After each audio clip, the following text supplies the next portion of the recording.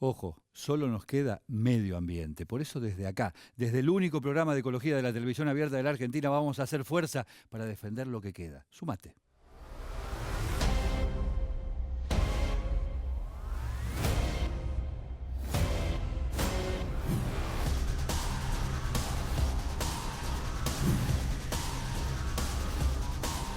Este curioso cocodrilo se llama gavial del Ganges. Vive en los sistemas fluviales de la India y se encuentra en riesgo de extinción por la caza. Esta actividad, llamada polinización, está disminuyendo. Y aunque las causas son muchas, las más destacadas son el uso de insecticidas y de herbicidas en la agricultura.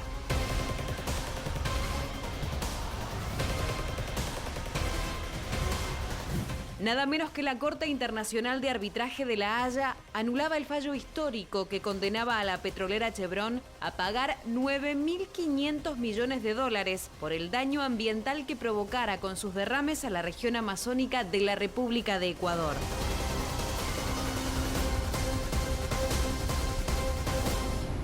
Ya te dije, este es el único programa de ecología de la televisión abierta de la Argentina. Vamos a recordar... Pero Vicky, escúcheme una cosita, le traigo algo inédito. Inédito, nuevísimo, recontra re nuevo, inédito, Federovisky. Todo lo nuevo menos el disfraz. Escúcheme. Esto tiene 1000 Yo años. le Esto quería contar, no me toque. Olmedo lo no me usaba. toque. No me toque. ¿Dónde está? Estoy protegido. ¿Dónde está? Soy un yaguareté y tengo que estar protegido. Escúcheme una cosita, Federovisky. El yaguareté perdió el 95% de su hábitat. Por eso yo le traigo imágenes inéditas, Exclusivas. exclusivas de los Únicas. yaguaretés en el Iberá. Sí, vamos a aclarar. Son dos yaguaretés, un macho y una hembra. El macho se llama Mbareté, que quiere decir fuerte, y la hembra se llama Arami, que quiere decir cielito. Ambos nacieron en cautiverio en el marco de un programa que se lleva adelante la Fundación CLT para reintroducir la especie del yaguareté que está esquilmada, como debiera estar este que tengo No me yo toque. atrás, que está esquilmada, que ha desaparecido prácticamente de su hábitat original, y la idea es reinsertarlo en los esteros del Iberá. Pero hay una condición necesaria, fundamental, Sin saca de tocar. acá, Sin tocar. que es que estos yaguaretés no tienen que tener contacto con el ser humano. Por eso esas cámaras que ustedes están viendo, esas filmaciones, están tomadas sin que se acerquen personas, para que los yaguaretés no se acostumbren a nosotros los humanos y que tengan la posibilidad de ser absolutamente silvestres, de modo tal que cuando se los suelte en el hábitat natural en el que tienen que estar, no sean animales domesticados, sino que lo sean como la naturaleza manda. Observen también en las imágenes que la madre, la hembra llamada Tania, la mamá de estos dos yaguaretecitos, tiene una minusvalía en una de sus patas, le falta una de sus patas. Fue obtenida, fue recapturada a partir de la utilización en un circo y se cree que, como suele ocurrir, ha sido maltratada, como les pasa a todos estos animales cuando son explotados para cuestiones... No me para toque, no me cuestiones puede comerciales. tocar, usted mismo lo dijo. Estoy hablando de un yaguareté en serio, no de un payaso disfrazado, Tommy. No me toque más. Por favor. ¿Qué tengo acá? ¿Qué tengo acá dispuesto? Un panal de verdad. Esto que ustedes están viendo acá son abejas, en serio.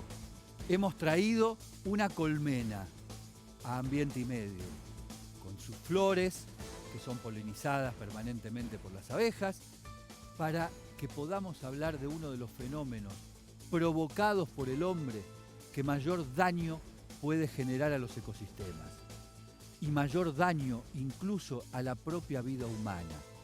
Se le atribuye a Albert Einstein una frase, que no está claro si la dijo o no, pero no importa, porque se le atribuye a él, que dijo que las abejas eran tan importantes en el ciclo de vida del planeta que si desaparecían de la faz de la Tierra, la humanidad solo sobreviviría 4 años. Esto lo dijo, o le atribuyen haberlo dicho, a Albert Einstein. Si fue cierto o no, y si es cierto o no que sobreviviremos solo 4 años a la desaparición de las abejas, no tiene demasiado sentido. Lo que sí tiene sentido es saber que si las abejas siguen desapareciendo como está ocurriendo hasta ahora, la vida sobre el planeta tal como la conocemos corre riesgo.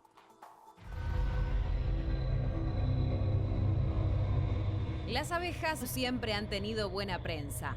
No es para menos. La miel que producen es uno de los alimentos naturales más completos que se conocen. Pero es menos sabido que además las abejas son una de las principales responsables de que la vida en la Tierra continúe. Claro, porque son las principales polinizadoras del planeta. Todos los días las abejas visitan miles de flores para recoger el néctar que necesitan para hacer miel. Pero al hacer esa tarea, terminan esparciendo polen en otras flores. Y eso garantiza la supervivencia de millones de especies. Esta actividad, llamada polinización, está disminuyendo. Y aunque las causas son muchas, las más destacadas son el uso de insecticidas y de herbicidas en la agricultura, y también la tala de la vegetación original y su reemplazo por otros cultivos de manera intensiva. Cada vez que nos topamos con un paisaje homogéneo, señal de que allí, antes, había plantas, árboles, flores y abejas. El problema es muy serio. Tanto que hoy, la misma agricultura que provocó este desastre está en peligro. Hoy por hoy, muchos agricultores alertados han tenido que llegar a la necesidad ridícula de alquilar abejas para polinizar sus granjas y asegurarse sus flores y frutos. En síntesis, una desgracia más que deberemos anotarla en el listado de catástrofes ambientales producidas por la codicia y la irresponsabilidad de un pretendido progreso que sigue dañando la vida y el ecosistema. Antes que nada, mi agradecimiento a Ricardo y Adriana de Apihuerto, que nos suministraron esta colmena, que tiene, insisto, abejas de verdad que están produciendo miel en el mismo momento en el que yo estoy hablando. Están laburando como zánganos. Cuac. Vamos a dar una pequeñísima clase de botánica. No sé si ustedes saben, pero las plantas tienen sexo. Hay plantas macho, hay plantas hembras y hay plantas hermafroditas, es decir, que tienen ambos sexos en su mismo órgano. Las plantas, para reproducirse, necesitan que alguien fertilice, fecunde con el polen que produce la flor macho a la flor hembra. Y de ahí saldrá una nueva planta. ¿Quién produce, quién realiza esta tarea? Las abejas, entre otros animales, las mariposas también, hasta los murciélagos son polinizadores, pero el polinizador fundamental que hay sobre la Tierra, además del viento, que en algunos casos traslada ese polen, son las abejas. Quiere decir que las abejas hoy son responsables de la polinización, es decir, de la fertilidad del 90% de los cultivos del mundo. Y si las abejas desaparecen, desaparece la posibilidad de tener la flora del planeta, incluyendo cultivos comerciales como los frutales, tal como la conocemos hasta ahora. Y las abejas están desapareciendo. Y esto está constatado. Y se cree que hay varios factores coadyuvantes para que esto ocurra. Uno es el cambio climático, naturalmente. Pero otro es la fumigación. Vamos a mostrar de manera muy simplificada cómo funciona esto. La creciente fumigación, la creciente aplicación de plaguicidas y agrotóxicos sobre los cultivos, lo que provoca principalmente es una alteración en el sistema de orientación de las abejas, que ya no encuentran la flor sobre la cual se posan y llevar el polen en sus patitas, que además se alimentan de ese polen, aclarémoslo, para después producir la miel, para llevar luego a la flor femenina, sino que además empiezan a morir como consecuencia de esa desorientación. Imaginemos simplemente que de tanto darle al fumigador, lo que terminemos teniendo sea panales secos y tierra yerma. ¿Qué es lo que va a ocurrir si seguimos en esta tendencia por la cual, por ejemplo, en los Estados Unidos se perdió el 40% de las colmenas el año pasado, o, por ejemplo, el hecho de que en Europa se haya perdido el 53% de las colmenas y así sucesivamente? Y en la Argentina se confirma un decrecimiento sistemático de la cantidad de abejas y de colmenas productivas que hay. Alguien podrá decir, ¿es solo un problema de los que producen miel? No. Por supuesto, tiene ahí un perjuicio económico sobre quienes viven de las abejas. Pero el perjuicio principal lo va a padecer el planeta en su conjunto. No solo no vamos a tener más miel, más propóleos, más de estos productos, no vamos a tener la posibilidad de ver las flores y las plantas creciendo como hasta ahora. Y el último dato, aquello que quizás algunos de ustedes pueden ver en Black Mirror, una serie muy tecnológica y futurista inglesa que se ve por alguno de las plataformas de series, aquello que Black Mirror plantea de crear drones tecnológicos con forma de abeja para que cumplan la función que hasta ahora cumple la naturaleza, eso sí es ciencia ficción. Juani, ¿Cómo le va, don Sergio? pero muy bien. Pero qué buena clase. ¿Qué me trajiste acá? Y a ver, primero esto es producción, ¿no? Que Figurón, hace que todas nuestras explicaciones sean... Ah, pensé que habías volteado alguna pared. No, todavía no. Si Bueno. todavía me dejan acá... Llega una noche chogorra y ¡pumba! No, para nada. ¿Qué tenemos acá, Sergio? ¿Qué Bueno, tenemos? ustedes lo ven. Tenemos escombros, ¿sí? Esto podemos decir que es el material árido reciclado. Pero el material árido reciclado tiene su material árido natural. Ese material árido natural, que es el de extracción, escuchen bien este dato, es la segunda materia prima más consumida en el país después del agua. Vamos a aclarar una cosa. ¿Qué está queriéndonos decir Juani cuando habla de material árido como segunda materia prima más extraída? Arena, cal, cemento, Asalto. basalto. ¿Y eso saben qué conforma? Minería. Minería. No minería a cielo abierto. Minería tradicional. Por lo tanto, cuando algunos cuestionamos a la minería a cielo abierto, nos dicen, están en contra de la minería, falso. Porque esta minería, la que provee estos materiales, es una minería que por supuesto tiene consecuencias, no es inocua, pero nada tiene que ver con la minería de cianuro, que vuela montañas, etcétera, etcétera. Pero como vos bien decís, si se reciclase más de estos áridos una vez que se convierten en desecho, habría menos presión para obtener más arena, más cal. Exacto, de eso vamos a hablar, pero te agrego un dato más a lo que acabas de mencionar Adelante. recién. El 25% de la superficie que se utiliza para extracción y producción de minería es de materiales áridos. Muy bien. Ahora bien, recién lo decías, lo importante es el reciclado de esto. ¿Por qué tenemos una bolsa de residuos aquí? ¿Por qué? Porque, y escuchen bien este dato, cómo estoy con los datos, es una cosa increíble. ¿Alguna vez que lo... Un, Sí, diga. un tercio de los residuos de la ciudad de Buenos Aires, y por eso, repito, tenemos esta bolsa de residuos, son materiales áridos. Entonces nosotros nos preguntamos, dijimos, bueno, ¿a dónde van estos materiales áridos? ¿Cómo es su repetir el proceso? dato. Del volumen total de basura que produce la ciudad de Buenos Aires, y esto puede extenderse a ciudades aledañas del Gran Buenos Aires o de Rosario, Córdoba, etcétera, un tercio, la tercera parte, es lo que viene de las demoliciones. Exacto. Principalmente. Los escombros. Sergio, si tenés una construcción en tu casa, tenés que llamar al 147. Igual en la siguiente nota lo vamos a explicar. Adelante entonces.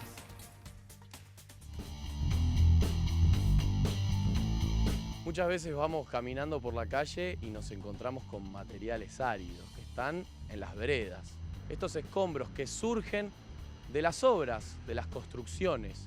La pregunta es, ¿a dónde van a parar? ¿Dónde terminan? ¿Cuál es su tratamiento? Ven y acompañanos que ahora en Ambiente y Medio te lo vamos a mostrar. Obra en construcción, sin duda los áridos están detrás mío. ¿A dónde van a parar? ¿Cuál es el impacto ambiental? Acá empieza todo. Volquete, los escombros. Vamos a seguir recorriendo a la planta de Arios. Llegamos a la planta, no más. Bueno, está entrando uno de los 500 camiones que entran, 500, 600 camiones por día. La ventaja fundamental es que le damos una distribución certera y segura a una fracción muy importante de residuos que genera la ciudad, que son los residuos áridos. Esto nos ayudó a evitar los vuelcos clandestinos de algunas empresas que no estaban reguladas dentro del sistema. ¿Esos vuelcos clandestinos dónde se dan? Generalmente en el entorno de la ciudad, costado del Riachuelo, General Paz.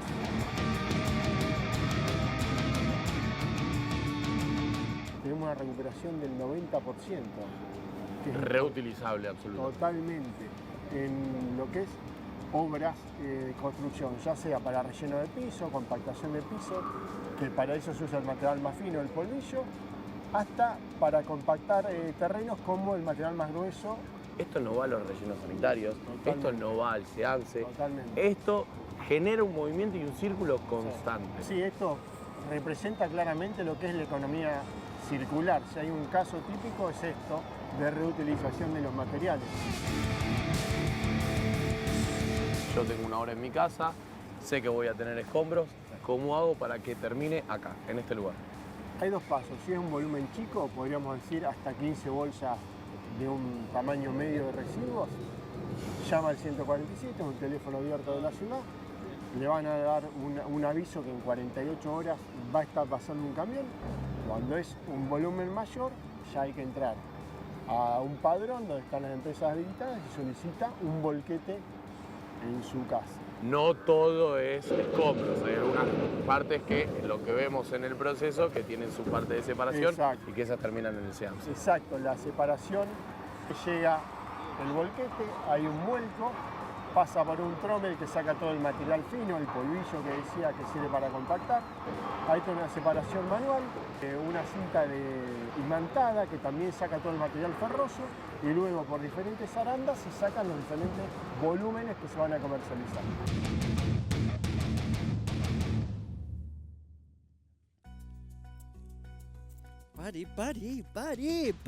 Pará, Federovisky. Yo quería ¿Qué hace Animal Print con lo de la Fundación Ambiente y Medio? Es muy sencillo. Primero que nada, yo quería saber si los yaguaretés podían comer miel. Por eso me quiero quedar con 2 frascos de miel.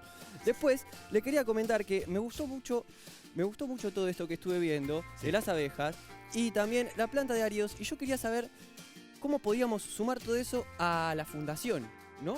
Con este proyecto que tenemos Ecoaula, estaría bueno también enseñarle a los jóvenes acerca de las abejas, de los residuos áridos. Bueno, cuando la Fundación Ambiente y Medio, a través de su programa Ecoaula, da charlas en todas las escuelas, en este caso inicialmente de la Ciudad de La Plata, pero extendiéndola a todo el país, referido al tratamiento de los residuos, también incluimos la necesidad de que se entienda que los áridos no pueden ir a cualquier lugar, sino que tienen que ser separados y los municipios correspondientes tratarlos de la manera que corresponde, como acabamos de ver en el caso de la Ciudad de Buenos Aires. Pero además, ya que me da pie con su Animal Print, puedo decir que si vos estás en un municipio y querés que llegue el programa Ecoaula allá, no tenés más que contactarte con la Fundación Ambiente y Medio y que el municipio arme aquello que necesitamos para ir a dar esos cursos de capacitación a las escuelas. Economía circular. Economía circular. Chau. Economía Chau. circular. Chau. Chau, Tommy, chau. Vamos a ver ahora el alerta ambiental del día.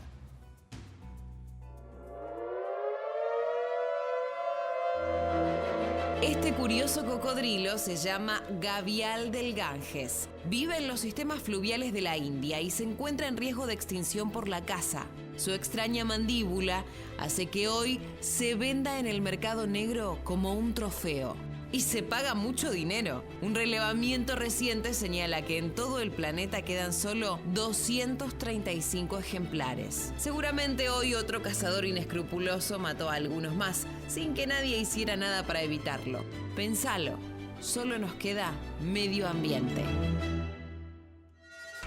La paradoja es que este cocodrilo que acaban de ver, además de estar sometido a la caza, que es uno de los elementos que provoca su desaparición casi segura, hay un dato de la ecología brutal. Como los pescadores del Ganges han esquilmado los peces de ese río y este cocodrilo solo se alimenta de peces pequeños y no de otra cosa, no tiene que comer. Por eso también está desapareciendo. ¿Vieron cuando hablamos de ciclo de la vida? Tiene que ver con estas cosas y tiene que ver con cómo se cuidan desde el punto de vista de la producción y del ciclo natural los animales en estado silvestre. Bueno, ya seguimos con más Ambiente y Medio.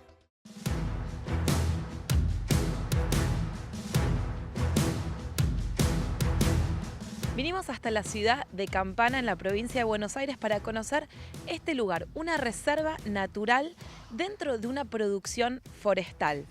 Contame, Bernardo, ¿cómo es esto, esta convivencia que se genera en este lugar entre medio ambiente y producción? Bien, bueno, el predio que estamos visitando, el predio Oasis, es uno de los predios que Arauco tiene en el Delta y más que reserva forestal, es un área de producción forestal y el concepto que trabajamos es una unidad del paisaje en el cual producimos y conservamos. ¿Sí? ¿Qué quiero decir con esto? Repartimos en patrimonio entre áreas que son intensamente productivas y áreas que son intensamente dedicadas a la conservación, pero a su vez las áreas productivas se manejan de tal manera que la flora y la fauna pueden convivir en ella, de tal forma que se sientan tan cómodas o bastante cómodas como en el área que está conservada. Bueno, y acá nos vamos a encontrar con la gran estrella, el ciervo de los pantanos. Hay que recordar que estamos muy cerca del Parque Nacional Ciervo de los Pantanos. Seguramente vamos a ver más de uno. Se supone que la población en el delta ronda los 800 ejemplares. Estamos hablando de un mosaico de humedales. El delta es un mosaico de humedales y el ciervo tiene una especie de membrana entre sus dedos, hablando en términos fáciles, para poder desplazarse fácilmente. Y son muy pocas las especies del ciervo que tienen esa adaptación a nivel mundial.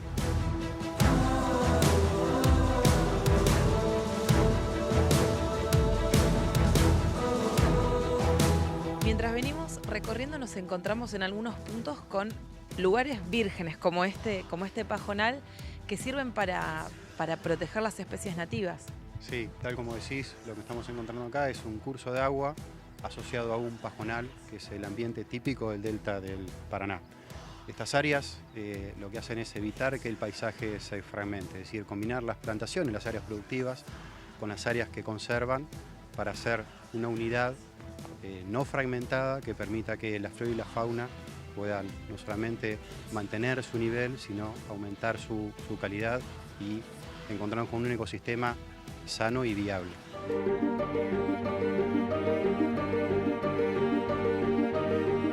Hemos recorrido terrenos muy difíciles, mucho barro, camionetas que se nos han quedado, todo para encontrar al ciervo, pero también en el camino nos vamos encontrando con la flora nativa. Hay que recordar que no estamos en un zoológico en donde tenemos presentado al ciervo, así que es toda una aventura llegar a él. De repente hemos visto algunos a lo lejos, pero no podemos bajar del auto porque ahí se asustan y se van. Sí, exactamente. Una característica que se suele observar en el ciervo de los pantanos es poco temeroso de los vehículos, pero muy temeroso de la figura humana, quizás como una forma de autodefensa adquirida en el correr de los tiempos.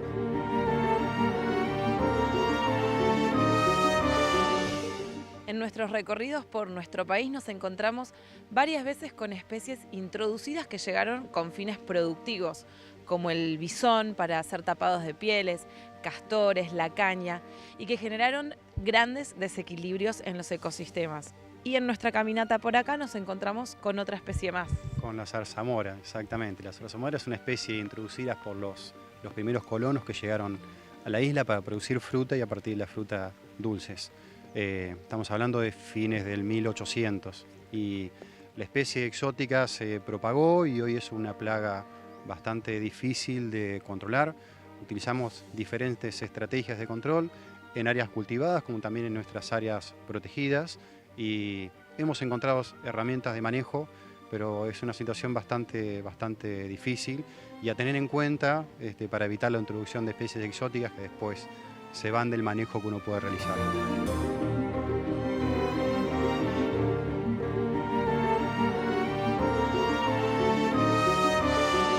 Estamos inmersos en el típico paisaje del delta del Paraná. Tenemos el Camalotal a nuestro costado, muchos cauces de agua que nos hemos encontrado en el camino y detrás nuestro la flor nacional, que también hemos visto en nuestro recorrido, el ceibo. Exactamente, este es un típico paisaje del Bajo Delteño. Tenemos un camalotal sobre el río Carabelas y un hermoso ceibo, nuestra flor nacional, que en general están acompañados por otras especies. El ceibo se encuentra asociado a pajonales o juncales y tenemos otras especies asociadas como puede ser el curupí, el canelón,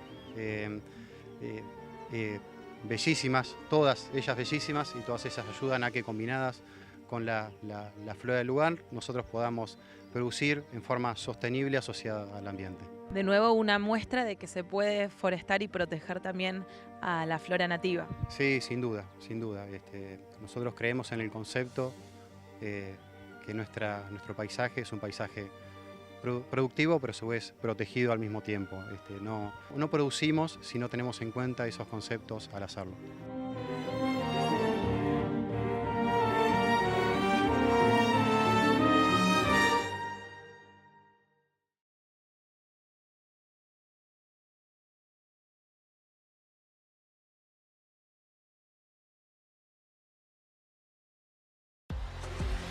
Seguimos en Ambiente y Medio.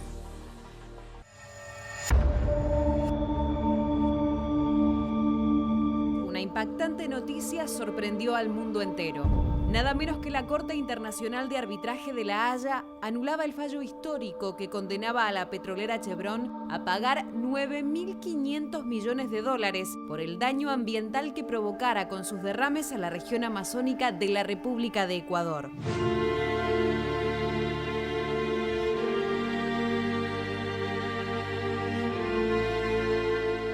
Sin dudas, la decisión es un duro golpe al país, fundamentalmente a las cientos de miles de familias perjudicadas.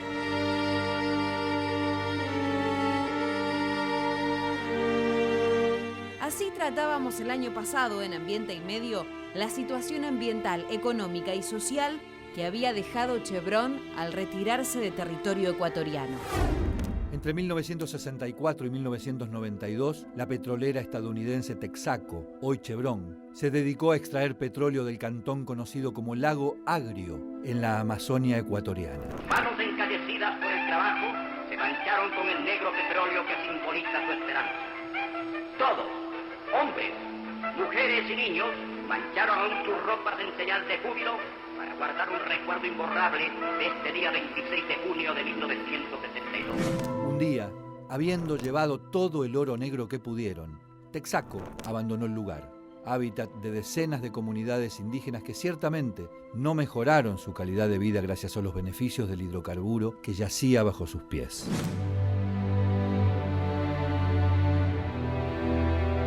Diez años después, las 80.000 toneladas de residuos petrolíferos derramadas permanecían incólumes.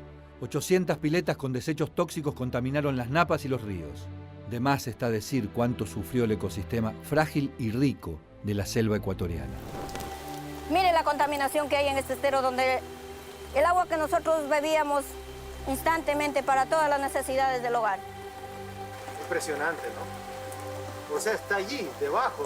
Está debajo del agua, en la tierra está el crudo.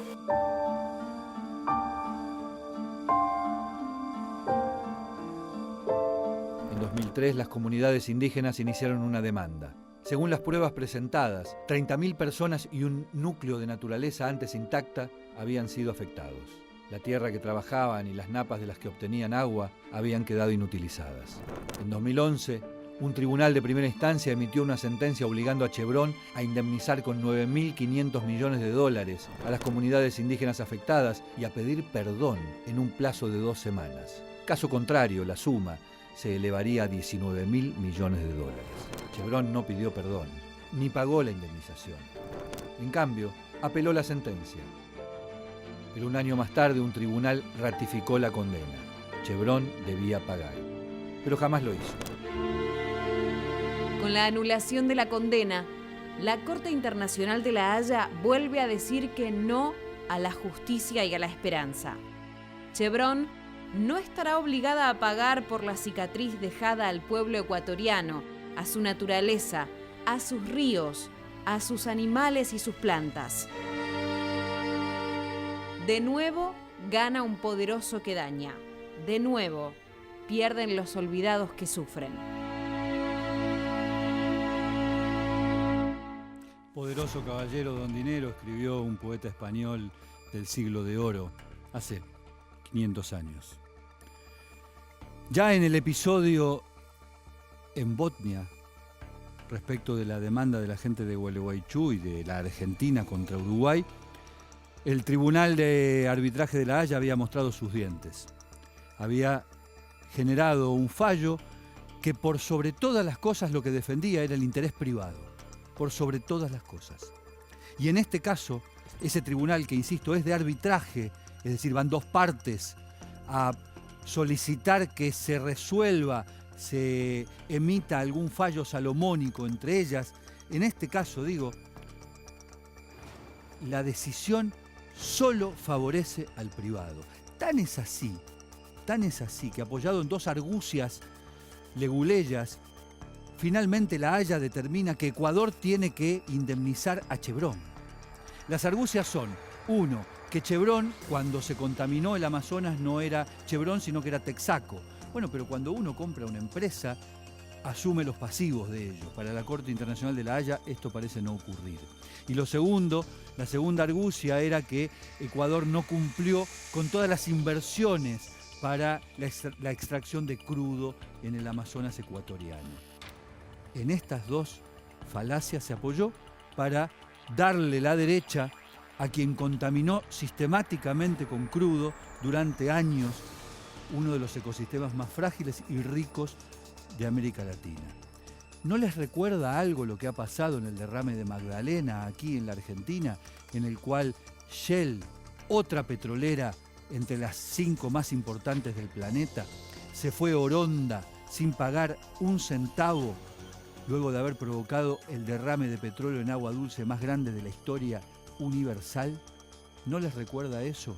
Poderoso caballero, don dinero. Una vez más la impunidad a favor de los poderosos se mantiene en el planeta. El medio ambiente que siga esperando. ¿Qué pasó? Sergio, cuénteme, ¿a dónde vamos? Vamos a ir al parque. ¿Vio las abejitas? Qué lindas. Las vi. Está Bonitas, me bonitas alejé un las poquito, ¿viste? Bueno, no hacen nada, son hacen nada, divinas, ¿no? laburan como perros. Labura como perros. abejas. Nadie tire, chicos, por favor, que no se rompa. ¿Qué me vas a contar? Vamos a ir al Parque Nacional Lanín, a ver uno de los parques Qué lindo. nacionales muy lindo y más grandes de la Argentina, el único que tiene 2 ciudades, ¿sí? Incluidas como son San Martín y Junín de los Andes. Vamos a hablar de la importancia de su conservación. A ver, una conservación, ahora van a ver que vamos a hacer un recorrido en lancha con Martín, uno de los guardaparques. Y no solamente Martín y los guardaparques son los que se encargan de conservar este lugar, que ya van a ver por sus abundantes flora y fauna, sino que también quiero instalar este concepto. Somos nosotros los visitantes, los que tenemos que preocuparnos por conservar este lugar tan bello y tan lindo que van a ver ahora. Vamos a ver el Parque Nacional Lanín de la mano de Juan y Andino. Estamos cerca de la frontera con Chile. Del otro lado del Parque Nacional Lanín tenemos el Parque Nacional Villarrica, un parque nacional chileno que también conserva el mismo ambiente, el bosque andino y parte de selva valdiviana. El Parque Nacional Villarrica, el Parque Nacional Lanín, más Nahuel Huapi, hacen una gran superficie de área conservada, es un corredor biológico. Las especies no conocen del límite, ¿no? Dice, acá terminó Chile, acá empieza Argentina, acá terminó Nahuel Huapi, acá empieza Lanín. Así que eso hace que todo sea una gran unidad de conservación, que ambientalmente es algo súper bueno, digamos. Cuanto más superficie conservamos, cuanto más área abarcamos, es más viable que las poblaciones prosperen, digamos, que tengan buen estado de conservación. Estamos en la entrada del Parque Nacional Lanín, el tercero más grande de la Argentina. Un lugar muy importante desde lo turístico, pero sobre todo muy interesante desde lo ambiental, con sus ríos y sus lagos tan característicos y sobre todo con el volcán como su principal atracción. El agua que está en el glaciar del volcán Lanín, por ejemplo, por diferentes arroyos llega al lago Paimún, al lago Huechulafken, de ahí al Chimehuín y de ahí al Chocón y terminan en ciudades grandes como Neuquén o Viedma. O sea, esa es una de las funciones más importantes que tiene este parque. Al cuidar el bosque, al cuidar estos ambientes, estamos cuidando el agua, el oxígeno, que va a hacer que sea buena la calidad de vida de la gente que vive en el lugar, digamos. Hay presencia de la trucha, ¿no, Martín? No sé si vamos a ver, capaz que salte alguna, pero sí, es una especie exótica. Ambientalmente es un animal que no causa ningún beneficio, porque donde hay una trucha empieza a haber merma de poblaciones nativas de peces, como puede ser el pejerrey patagónico o la perca. Pero se cuida el recurso económico, porque ya te digo, mucha gente vive de la trucha, o sea, el guía de pesca, el que tiene embarcaciones, el que tiene cabañas. Es bastante utópico pensar en erradicar la trucha. Entonces encaremos el problema como algo muy bueno, digamos, potenciémoslo, digamos. Y en este momento se está llevando a cabo una investigación, o sea, se está tratando de determinar una enfermedad que tiene la araucaria, que se seca por partes, algunas ramas. Hay teorías de que puede ser un patógeno, algo que la está afectando directamente, y otros lo relacionan con el calentamiento global. Años consecutivos de sequía hacen que sea un déficit hídrico que esté provocando que se sequen las plantas, digamos. Una imagen inmejorable del volcán Lanín. ¿Sí? La importancia de su conservación y de la preservación. Lo que estamos pisando aquí, sedimentos, ¿sí? Esto por supuesto que es un proceso milenario, sedimentos que provienen del volcán, ¿sí? Un volcán que está íntimamente relacionado con el Parque Nacional.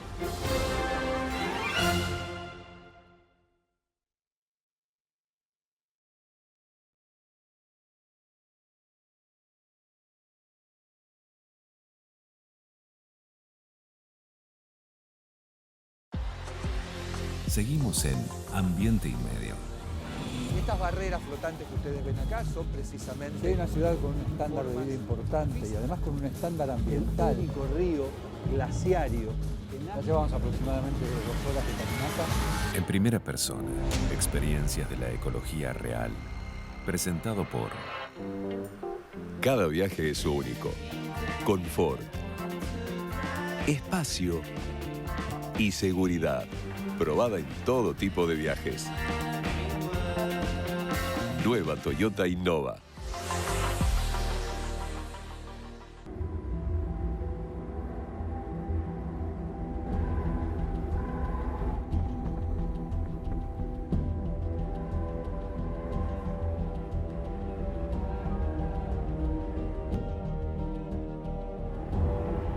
Vamos a entrar a uno de los parques nacionales más aislados, más prístinos, más puros y probablemente menos conocidos de la Patagonia Argentina.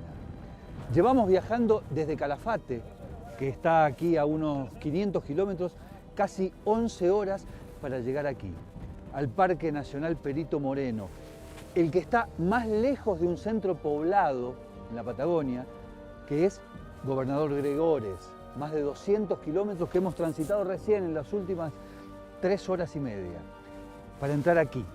Insisto, el Parque Nacional más puro. Tiene más de 80 años de creación, 130.000 hectáreas, 8 lagos, de los cuales en 7 no hay truchas, no hay salmónidos, no hay peces que no sean precisamente autóctonos. Vamos a conocerlo y vamos a conocer, quizás como en poquísimos lugares de la Argentina, la naturaleza en estado absolutamente virgen. El Parque Nacional Perito Moreno.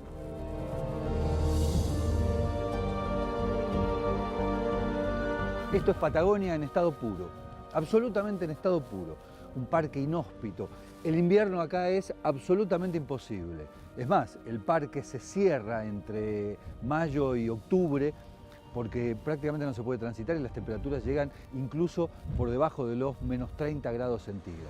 Un parque que tiene absolutamente de todo en términos paisajísticos, de fauna. Acá hay pumas, hay guanacos, hay choiques. Un parque con una riqueza absolutamente desconocida. Vamos a subir un sendero en dirección al Cerro San Lorenzo, que es la joya de este parque. Un cerro por encima de los 3.000 metros, con unas paredes de hielo absolutamente imposibles de abordar. Vamos a llegar hasta donde podamos. ¿Nos acompañan?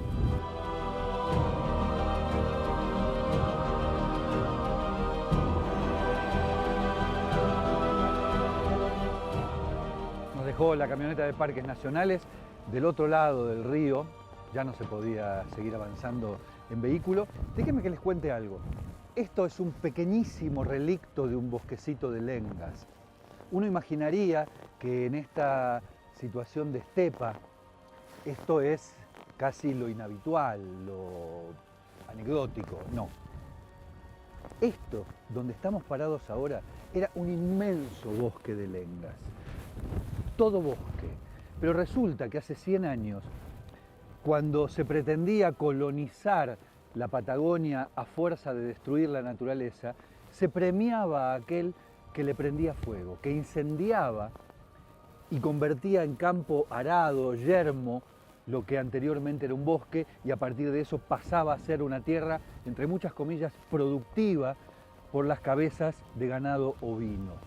Fíjense cuál fue el resultado, que hoy estando dentro de un parque nacional, encontrar una parte, una porción de ese bosque de lengas sigue siendo algo que nos motiva.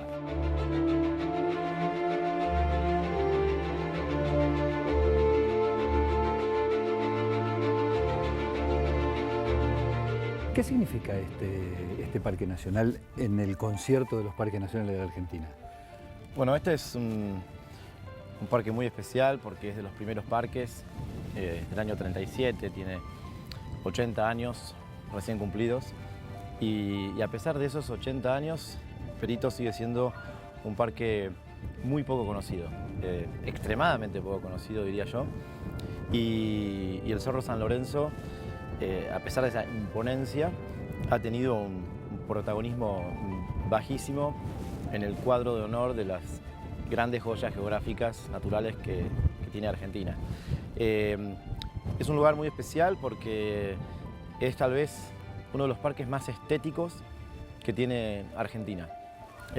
Y no estoy exagerando cuando digo que cuando uno recorre tanto la estepa como el bosque, o observa la cordillera desde la estepa, el color del lago Belgrano desde la península. No exagero, es una postal atrás de otra postal.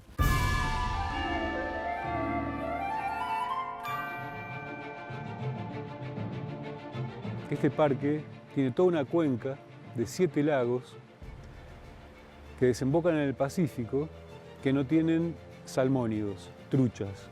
Los salmónidos no son nativos. En este caso, toda esta cuenca, todo este collar de 7 lagos que desembocan en el Pacífico, todavía no tienen la visita, ojalá nunca la tengan, de los salmónidos. Entonces, desde el punto de vista de la conservación, este parque nacional es el único de nuestros parques nacionales patagónicos que todavía conserva la fauna ictícola autóctona.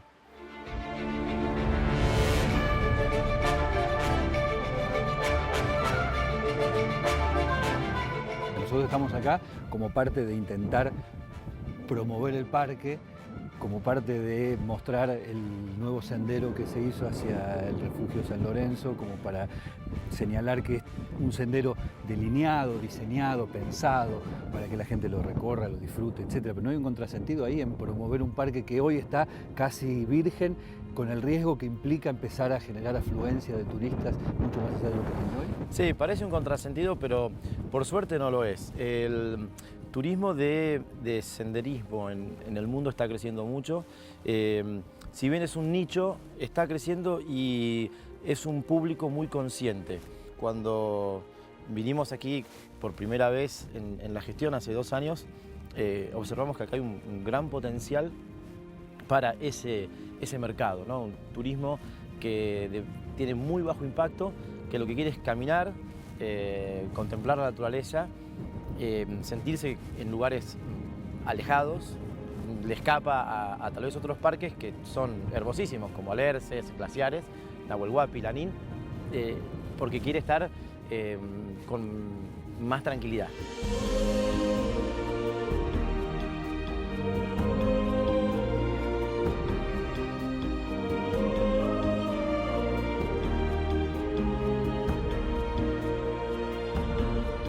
Cuando ustedes vean lo que yo ahora les voy a mostrar, van a entender por qué hay que proteger no solo lo que hay adentro de los parques nacionales, sino lo que hay afuera también. Miren eso, un campo de glaciares. Parece que alguien los hubiera arrojado, que se hubieran caído de algún lado. Son témpanos, están flotando sobre ese lago. Esos témpanos son desprendimientos del glaciar del Cerro San Lorenzo. Ese que está ahí arriba, que funciona como centinela del Parque Nacional Perito Moreno y que va desprendiendo a lo largo del verano estos bloques que quedan acá y que son una maravilla. Estamos a aproximadamente 16 kilómetros de la base del Parque Nacional Perito Moreno, donde están los guardaparques, donde funcionan los guías para los turistas. Hicimos esta caminata de 16 kilómetros para ver esto y para entender por qué es necesario proteger los glaciares. Porque de aquí, de este manojo de témpanos, lo que sale es un río de agua cristalina, pura, helada, parte de la poca agua, apenas el 3% que hay sobre la superficie terrestre. Recuerden, por esto hay que proteger a los glaciares.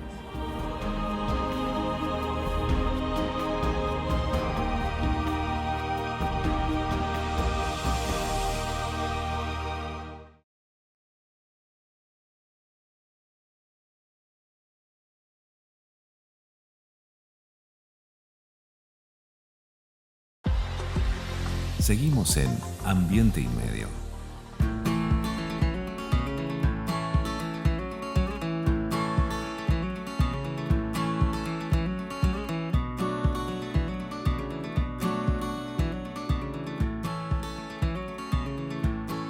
Para que podamos comprar productos de calidad, a buen precio y sin intermediarios, los productores de la provincia están en el mercado en tu barrio. Busca el mercado más cercano a tu casa en gba.gov.ar/mercado en tu barrio. Buenos Aires Provincia. Entre todos, podemos más. Gracias a la gente del SEAMSE, de la Reserva de Villadomínico, por esta increíble cantidad de ejemplares de árboles nativos. Hay molles, hay espinillos, hay talas, hay ombúes. Maravilloso, nos permite no solamente tener un estudio como con una escenografía extraordinaria y a tono con nuestra temática, sino también enseñar y aprender respecto de la necesidad de seguir utilizando árboles nativos. ¿Sabían ustedes, por ejemplo, que la gata peluda, esa cosa que pica, que molesta? La gata peluda es una oruga que aparece muy relacionada a la presencia de la acacia negra, que es una planta, un árbol exótico y además altamente invasor. Por lo tanto, tener árboles autóctonos, árboles del lugar, bien adaptados al ecosistema original, es, entre otras cosas, una manera de combatir a la gata peluda. Ya lo saben, solo nos queda medio ambiente, por eso hacemos Ambiente y Medio.